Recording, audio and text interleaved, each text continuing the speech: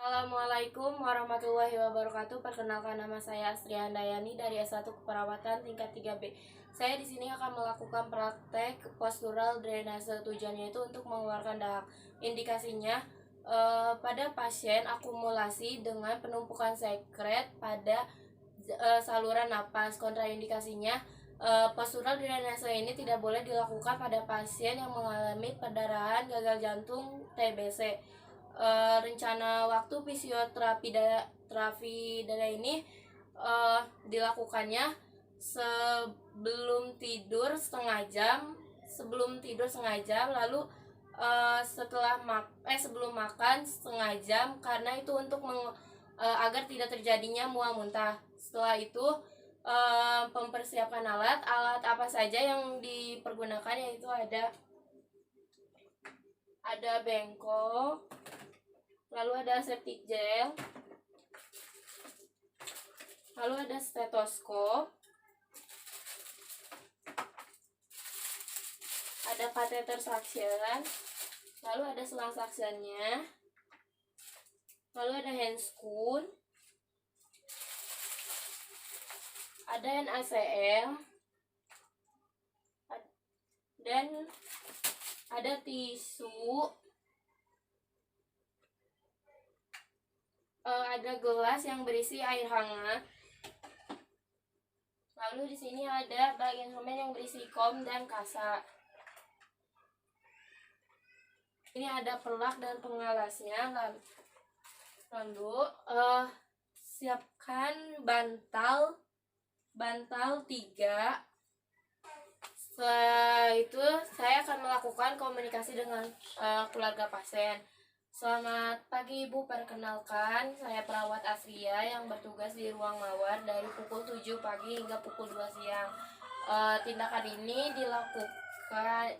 ini dilakukan kurang lebih 10 sampai 15 menit.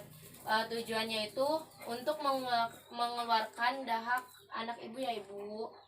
Kalau begitu saya akan mencuci tangan dan mempersiapkan alat-alatnya.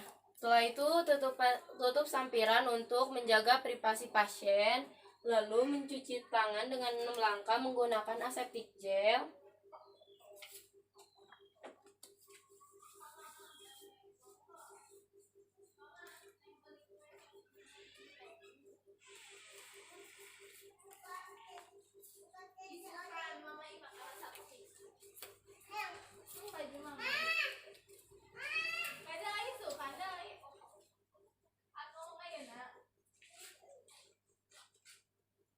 Lalu baik Ibu, saya sudah kembali ke ruangannya Ibu. Saya sudah mencuci tangan.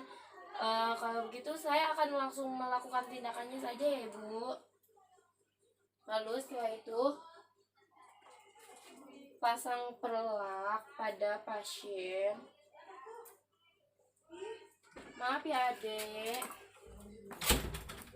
Lalu setelah itu memakai handscoon.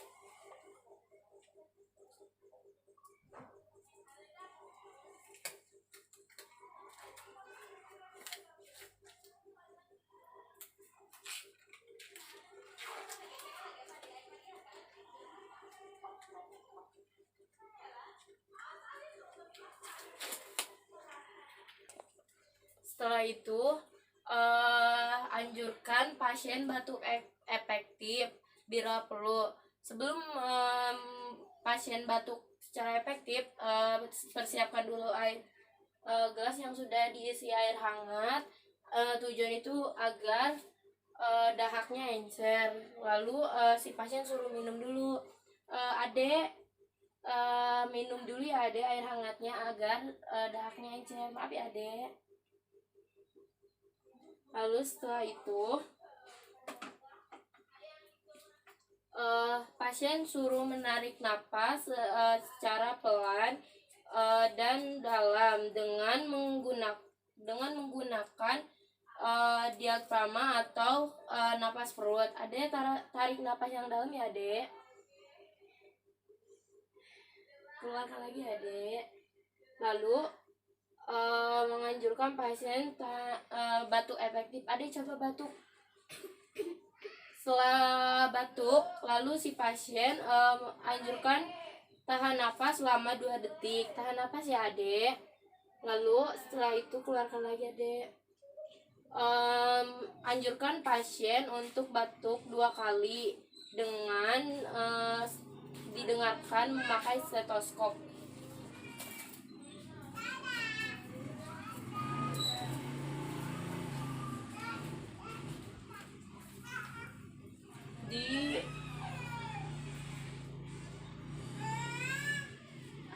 Adek ini ya adek, coba adek batuk 2 kali ya adek, untuk mengetahui suara adek, suaranya bunyinya rongkeng atau tidak. Batuk adek.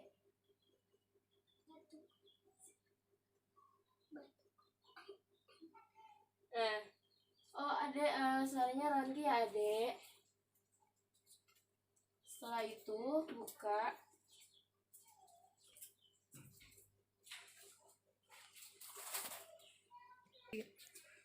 Lalu menganjurkan pasien untuk napas ringan. Setelah itu melakukan bronkodilator sebelum tindakan dilakukan. Lalu mengatur posisi pasien sesuai dengan hasil pengecekan, menggunakan bantal untuk mensupport anak dalam drainase. Yang pertama itu bila sekutum pasien ada di bawah paru-paru, maka letakkan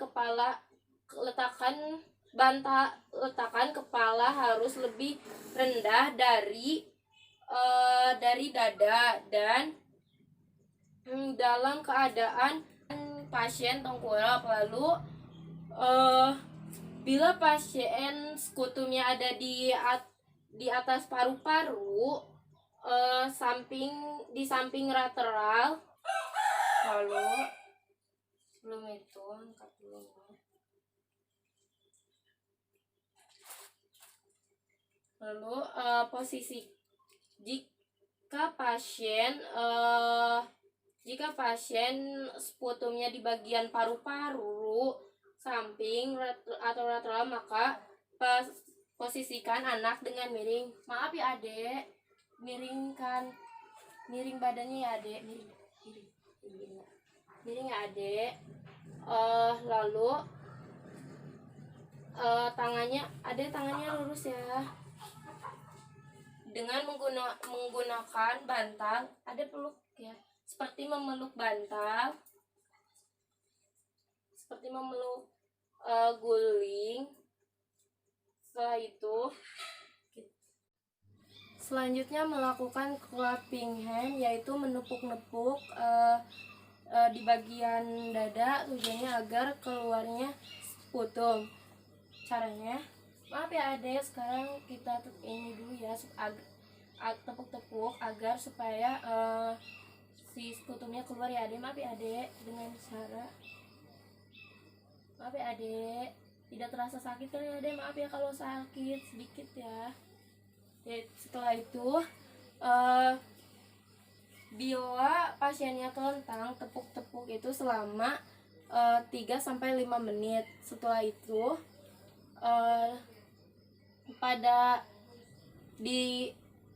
dengan cara menepuk-tepuk itu pada bayi itu dengan cara 3 jari, sedangkan kalau pada anak itu dengan 5 jari. Apa ya adek?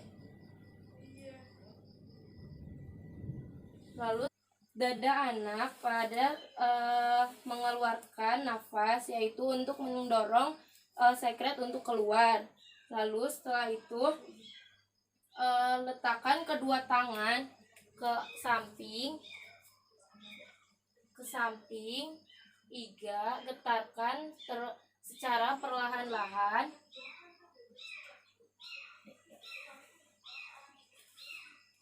Setelah itu getarkan, ulangi vibrasi selama 2-3 menit. Setelah itu melakukan tindakan postural drainase hingga lendir itu bersih. Jika lendir belum bersih juga bisa dilakukan dengan cara pengambilan suction. Setelah itu kita rapikan alat dan komunikasi ke pasien setelah melakukan tindakan bahwa tindakan ini sudah selesai. Adek gimana lendirnya, apakah masih ada tidak atau sudah tidak ada? Baik adek, tindakannya sudah selesai ya adek. Ibu, tindakannya sudah selesai. Kalau begitu saya izin untuk merapikan alat dan mencuci tangan ibu. Ibu buka handscoon dan merapikan alat, lalu mencuci tangan dengan aseptic gel dengan cara 6 langkah.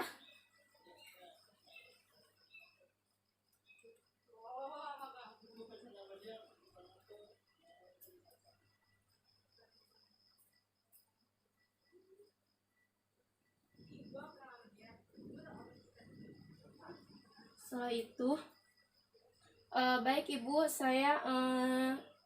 apakah masih ada yang perlu ditanyakan? Kalau tidak ada, saya izin untuk keluar dan kembali ke ruangan perawat. Jika ibu membutuhkan saya, ibu bisa pencet bel yang ada di atas kasur. Kalau begitu saya permisi ibu. Selamat siang. Sekian praktek saya, kurang lebihnya mohon maaf. Wassalamualaikum warahmatullahi wabarakatuh.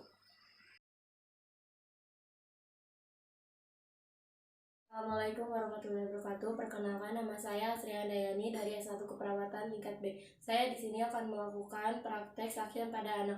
Tujuannya itu untuk mengeluarkan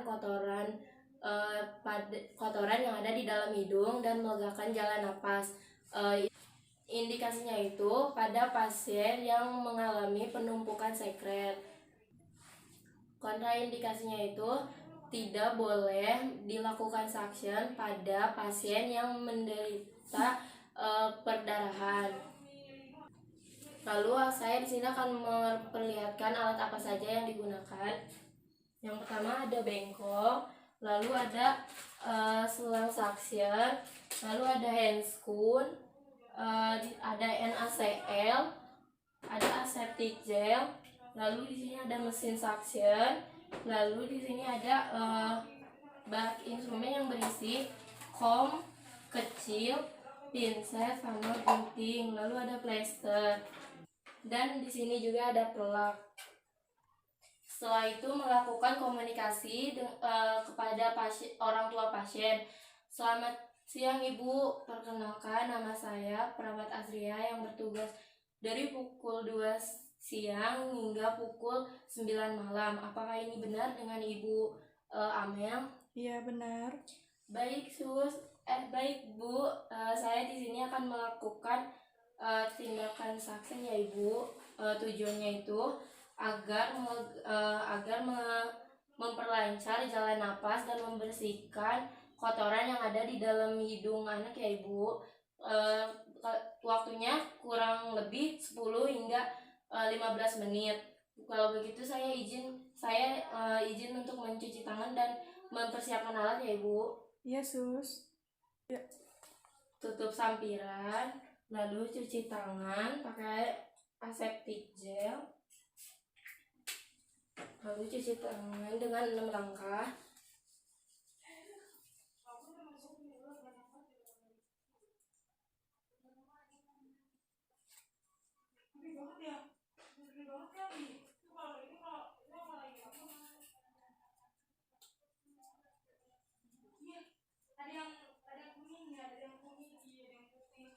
Lalu memasang pelak pada dada pasien. Maaf ya adek, kita pasang pelak dulu agar tidak terkena kotoran ya dek.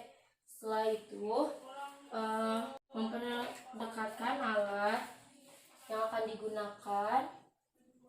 Lalu setelah itu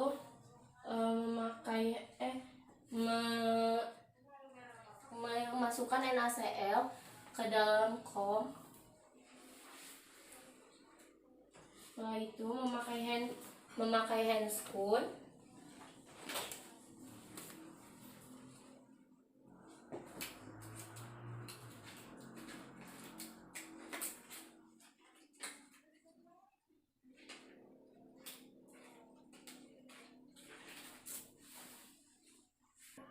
Lalu memasangkan selang suction pada mesin. Sebelum itu kita nyalakan dulu mesinnya. Lalu masukkan selang pada mesin.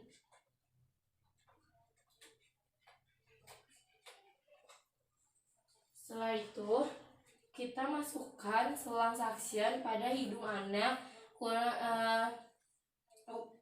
sepanjang 10 cm pada hidung sampai, lalu ditarik dengan pelan-pelan keluar, lalu kita cuci ke dalam NaCl. Lalu setelah itu lakukan ulang ke pasien yang hidung sebelahnya lagi. Kita 10 cm dan kita keluarkan pelan-pelan dengan cara memutar. Terus setelah itu buang. Kita lakukan ini selama 10 sampai 15 detik dan kita ulangi lagi.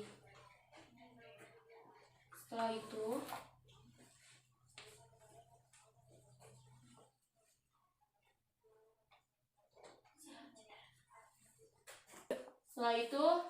setelah suction kelar, kita merapikan alat kembali dan kita ke pasien, observasi pasien. Maaf ya adek, kita rapikan ya. Maaf ya adek. Lalu membuka handscoon.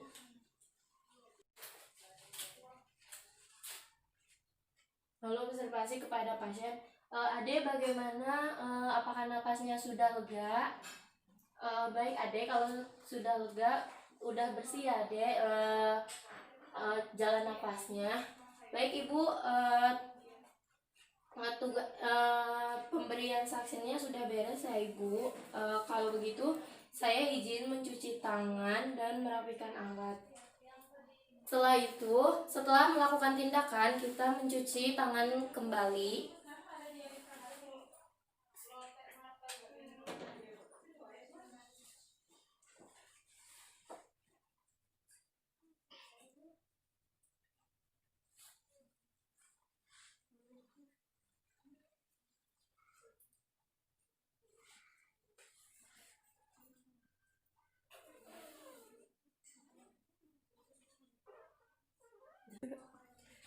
Sekian dari praktek saya, kurang lebihnya mohon maaf. Wassalamualaikum warahmatullahi wabarakatuh.